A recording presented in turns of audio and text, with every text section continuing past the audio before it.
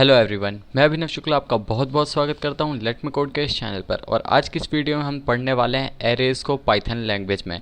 आपको अगर एरेज़ के बारे में कोई जानकारी नहीं है बिल्कुल, तो आप घबराइए मत। इस वीडियो में हम बिल्कुल स्क्रैच से समझने वाले हैं एरेज़ के बारे में। और अगर आपको एरेज़ का आइडिया है तो आप ये वीडियो स्किप भी कर सकते हैं।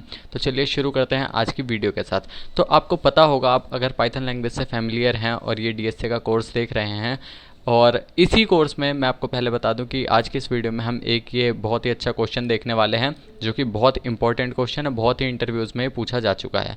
तो चलिए अब देखते हैं हम एरेज़ के बारे में। तो अगर आप पाइथन लैंग्वेज से फैमिलियर हैं तो आपको पता होगा पाइथन में एक लिस्ट का कॉन्सेप्ट होता है जो कि एरेज़ की तरह काम करता है। और पाइथन में लेकिन एरेज़ भी होते हैं। अब आपको पता होगा कि एरे और लिस्ट में डिफरेंस होता है कि आप लिस्ट में किसी भी डेटा टाइप का डेटा स्टोर कर सकते हैं, मल्टीपल डेटा टाइप्स का डेटा स्टोर कर सकते हैं एक ही लिस्ट के अंदर। लेकिन एरे में आप एक टाइम पे एक ही टाइप का डेटा स्टोर कर सकते हैं। एरेज में होता है कि अगर आपको इंटीजर डेटा स्टोर करना है तो सिर्फ आप एक टाइम पे इंटीजर ही स्टोर कर सकते हैं। वहीं दूसरी साइड लिस्ट में आप देखें तो आप उसी में इंटीजर, कैरेक्टर, स्ट्रिंग, बूलियन सारी टाइप की वैल्यूज़ उसमें स्टोर कर सकते हैं। तो ये डिफरेंस होता है एरे और लिस्ट के बीच में। तो अब हम देखते हैं कि पाइथन लैंग्वेज में हम एरेज कैसे बना सकते हैं जिनमें हम सिर्फ एक ही तरह की वैल्यूज़ स्टोर कर सकें। यानी कि अगर हमें चाहिए इंटीजर स्टोर करना तो हम इंटीजर कैसे स्टोर कर सकते हैं। तो अब उसको देखते हैं हम। तो हमारी पाइथन लैंग्वेज में एक एरे नाम का हमारा मॉड्यूल है, लाइब्रेरी, उसको हम इंपोर्ट करने वाले हैं। तो उसको हम इंपोर्ट करेंगे, इंपोर्ट एरे। तो ये आपका एरे यहाँ पर इंपोर्ट हो चुका है। अब आपको एरे किस तरह से बनाना है, तो इसको बनाने के लिए लेट्स से मैं अपने एरे का नाम दे देता हूँ ए। तो यहाँ पर मुझे इसको क्रिएट करना है। तो एरे के अंदर मेरा जो एक मेथड है एरे क्रिएट करने के लिए, सो एरे डॉट एरे, और उसके बाद मैं यहाँ पर अपना जो एरे है वो बनाऊँगा। तो लेट्स से मैंने डाला 1 2 3 4 5, ये मेरी वैल्यूज़ क्या हैं, इंटीजर्स हैं सारी। तो अभी मैं दिखाऊंगा कि अगर ये वैल्यूज़ इंटीजर ना हो तो क्या होगा। अब इससे पहले आपको एक यूनिकोड वैल्यू ही डालनी पड़ती है। अब ये यूनिकोड वैल्यू क्या करती है, ये यूनिकोड वैल्यू आपके इंटरप्रेटर को बताती है कि ये मेरा एरे है जो कि एक ही टाइप का होने वाला है। लेट्स से कोई इंटीजर है या कैरेक्टर, तो हम यहाँ पर इंटीजर क्रिएट करते हैं। तो आप कैपिटल आई या फिर स्मॉल आई दोनों से ही इसको क्रिएट कर सकते हैं। और यहाँ पर मैंने बनाया। अब उसके बाद यहाँ पर हम इसको प्रिंट करेंगे ए। अब इसे मैं रन करता हूँ। देखिए यहाँ पर आपका ये एरे प्रिंट हो गया है इस तरह से, बिल्कुल डिट्टो। यहाँ पर आपका जो 1 से 5 तक वैल्यूज़ थी आप इसमें, अब ये बट एडवांटेज पाइथन लैंग्वेज में एरेज का ये है कि आप ये बहुत फ्लेक्सिबल होता है। आप इसमें वैल्यूज़ डिलीट कर सकते हैं, ऐड कर सकते हैं, जैसा आप लिस्ट में करते हैं। बट इसमें अगर मैं कोई दूसरी वैल्यू डालूँ तो यहाँ पर क्या होगा, लेट्स से मैं यहाँ पर एक वैल्यू डाल देता हूँ बूलियन। तो मैं लेट्स से मैंने डाल दिया ट्रू। मैंने रन किया तो यहाँ पर देखिए इसकी वैल्यू क्या हो गई 1, क्योंकि यहाँ पर आपका बूलियन ट्रू का मतलब होता है 1, और अगर मैं यहाँ पर फॉल्स लिखता तो उसकी वैल्यू हो जाती 0। तो इसने भी इसको इंटीजर में कन्वर्ट किया। अब ये जिसको इंटीजर में नहीं कन्वर्ट कर पाएगा उसका क्या करेगा, तो लेट्स से कोई स्ट्रिंग डाल के देखते हैं। पहले एक कैरेक्टर डाल लेते हैं, मैंने डाला ए। देखिए यहाँ पर N integer is required got type error type str, यहाँ पर इसको स्ट्रिंग मिला जबकि इसे क्या चाहिए था, इंटीजर। तो ये आपको पता चल गया कि ये हमारा पूरा ही एरे है जो कि सिर्फ एक ही डेटा टाइप की वैल्यू स्टोर कर सकता है। तो आप इस तरह का ये एरे भी यूज़ कर सकते हैं। लेकिन हम जनरली पाइथन में जहाँ भी हमें एरेज चाहिए होते हैं हम लिस्ट को ही यूज़ करते हैं। आप नमपाई एरेज को भी यूज़ कर सकते हैं, वो ज़्यादा फास्ट होते हैं बाकी एरेज और लिस्ट के मुकाबले, तो वो भी आप यूज़ कर सकते हैं। लेकिन हम मोस्टली केसेस में लिस्ट को ही यूज़ करते हैं। तो इसे चलिए यहाँ पर अब हम लिस्ट को देखते हैं। और लिस्ट के ऊपर यहाँ पर मैंने ये पूरी वीडियो बना रखी है, आप इस वीडियो को देख सकते हैं। सारे यहाँ पर इसके फंक्शंस, मेथड सारे हमने एक्सप्लोर कर रखे हैं। तो अगर आपको लिस्ट के बारे में ज़्यादा आइडिया नहीं है तो आप ये वीडियो देख सकते हैं। तो अब हम समझते हैं इस क्वेश्चन के बारे में और इस प्रॉब्लम स्टेटमेंट के बारे में। तो ये प्रॉब्लम क्या कह रही है, given an integer array output all the unique pairs the sum up to specific value के सो दैट इनपुट यहाँ पर दिया हुआ है और आउटपुट दिया हुआ है। हमारा क्वेश्चन है कि आपको एक एरे दिया हुआ है।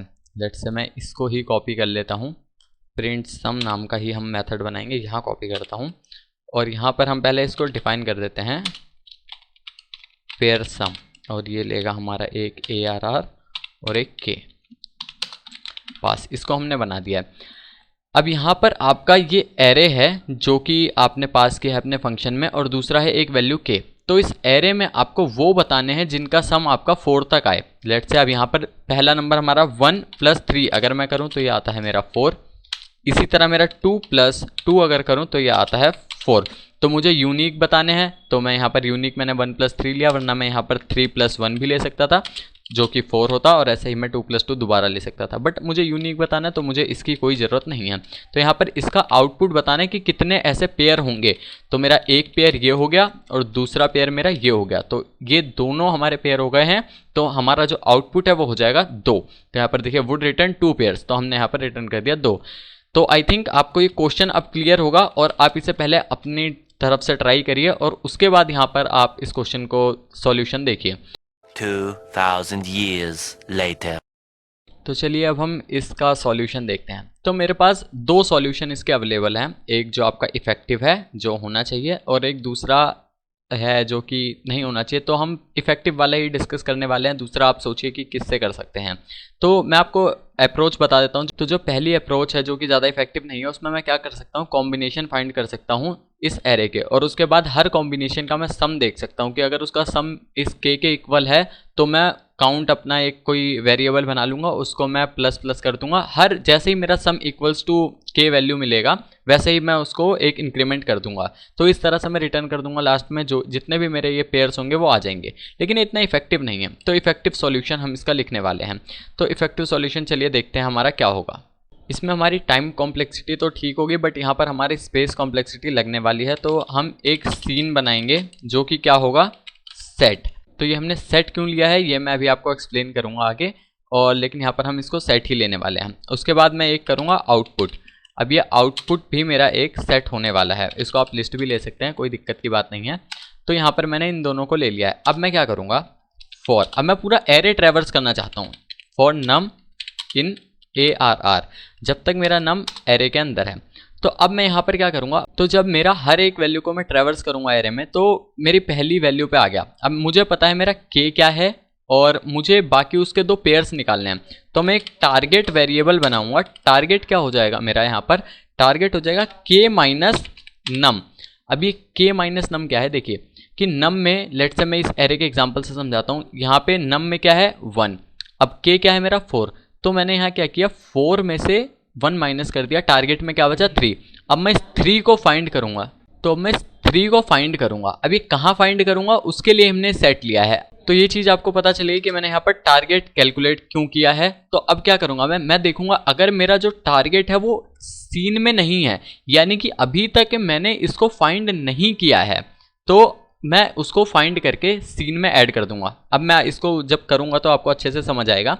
मैंने क्या किया, इफ़ अगर मेरा टारगेट नॉट इन सीन, अगर मेरा टारगेट सीन में नहीं है तो मैं क्या करूँगा, तो मैं सीन डॉट ऐड टारगेट, तो मैं सीन में इसको ऐड कर दूंगा। और अगर इसके अंदर है तो मैं क्या करूँगा, अगर मेरा इसके अंदर नहीं था तो मैंने सीन में ऐड कर दिया।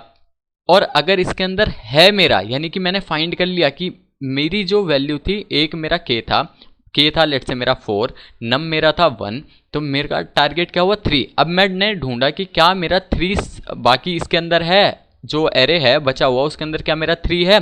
तो मुझे जैसे ही 3 मिला मैंने सीन में ऐड कर दिया। अब मुझे पता है कि 3 मेरे पास एक जगह स्टोर्ड है, तो अगर मुझे जैसे ही 3 की ज़रूरत पड़ेगी, तो मैंने यहाँ पर, अब मैं 3 के लिए सर्च कर रहा हूँ, नहीं था तो मैंने 3 को सीन में ऐड कर दिया।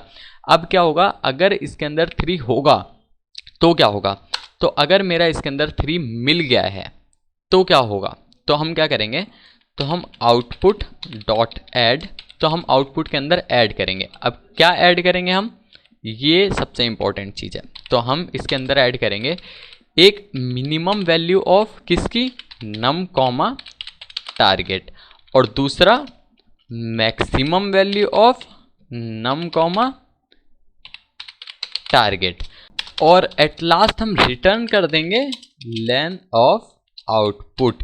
तो मेरा, और आप यहाँ पर ये भी रिटर्न कर सकते हैं, हाँ आउटपुट भी, ताकि आपको पता चल जाए क्या क्या पेयर्स आए हैं। तो उसको हम देखते हैं। अब हमने क्या किया है वो समझ लेते हैं। इससे पहले हमें एक कॉर्नर केस भी करना होगा कि अगर मेरी जो एरे है उसकी लेंथ 2 से कम हुई तो हमें रिटर्न क्या करना है।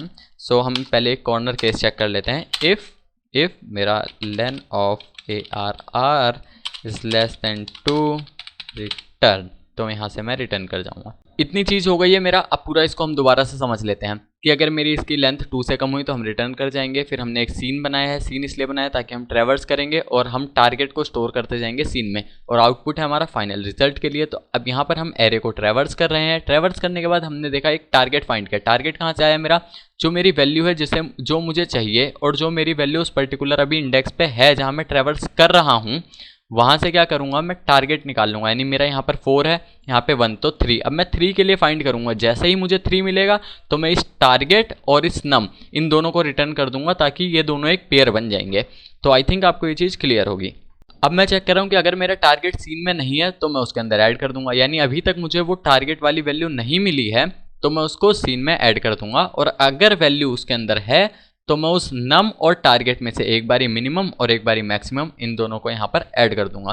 तो इस तरह से मेरा इसका रिजल्ट आ जाएगा आउटपुट वाले एरे के अंदर। और लास्ट में मैं क्या करूंगा, लास्ट में मैं रिटर्न कर दूंगा आउटपुट की जो लेंथ है, क्योंकि हमें लेंथ ही चाहिए थी और यहाँ पर मैं आपको समझाने के लिए आउटपुट रिटर्न कर रहा हूँ। तो चलिए इसको रन करके देखते हैं। तो इसे मैंने रन कर दिया है। देखिए यहाँ पर सेट अभी ब्लैंक है और इसकी वैल्यू 0। तो हमारी कहीं पे इशू आया है। वे क्या इशू आया है इसको हम चेक करते हैं। तो जो मेरा यहाँ पर इशू आया है वो है कि ये मेरा रिटर्न यहाँ पे होना चाहिए लूप के बाहर। अब मैं इसे रन करता हूँ तो ये मेरा सही आएगा। यहाँ पर कोई एरर आई है, कहाँ आई है, ऐड टेक्स एग्जैक्टली 1 आर्ग्यूमेंट। सो एक लेता है, इसमें 2 दिए हुए हैं यानी कि पैरेंथेसिस मिसमैच हैं। तो यहाँ पर एक और पैरेंथेसिस आएगा क्योंकि मुझे यहाँ पर पेयर्स ऐड करने हैं। तो यहाँ पर एक और पैरेंथेसिस लगाते हैं, इसे रन करते हैं। देखिए यहाँ पर मेरा 2 और 2 और ये 1 आया। अभी यहाँ पर एक में कुछ गड़बड़ हुई है फिर से, क्योंकि मेरा एक्सपेक्टेड रिजल्ट 2 है, यहाँ 2 आना चाहिए बट यहाँ पर 1 आ रहा है। वे 1 क्यों आ रहा है ये देखते हैं। यहाँ पर जो हमारी मिस्टेक है वो है कि हमें सीन में हमने अभी नम को सीन किया है, तो हमें नम को ऐड करना होगा सीन वाले सेट में। हमें यहाँ पर टारगेट को नहीं ऐड करना होगा क्योंकि टारगेट तो हमें बाद में फाइंड करना है। तो यहाँ पर हम ऐड करेंगे नम को। तो अब इसे रन करते हैं। देखिए यहाँ पर अब मेरे 2 ये आ चुके हैं, 1 और 3, 2 2 और यहाँ पर 2 आ गया है। तो ये मेरा जो एक्सपेक्टेड आउटपुट है वो है। तो आई थिंक आपको ये क्वेश्चन समझ आया होगा। अगर आपको ये क्वेश्चन समझ आया है, आपको एरेज का कॉन्सेप्ट समझ आया है, तो आप वीडियो को लाइक करिए। और नेक्स्ट वीडियोस में हम समझने वाले हैं एरेज के कुछ और इंपॉर्टेंट क्वेश्चन, बहुत इंपॉर्टेंट, मीडियम, इजी और हार्ड तीनों लेवल के कुछ हम क्वेश्चंस प्रैक्टिस करने वाले हैं। और उसके बाद हम देखेंगे स्टैक्स के बारे में। तो अब मिलते हैं नेक्स्ट वीडियो में, तब तक के लिए बाय, थैंक यू।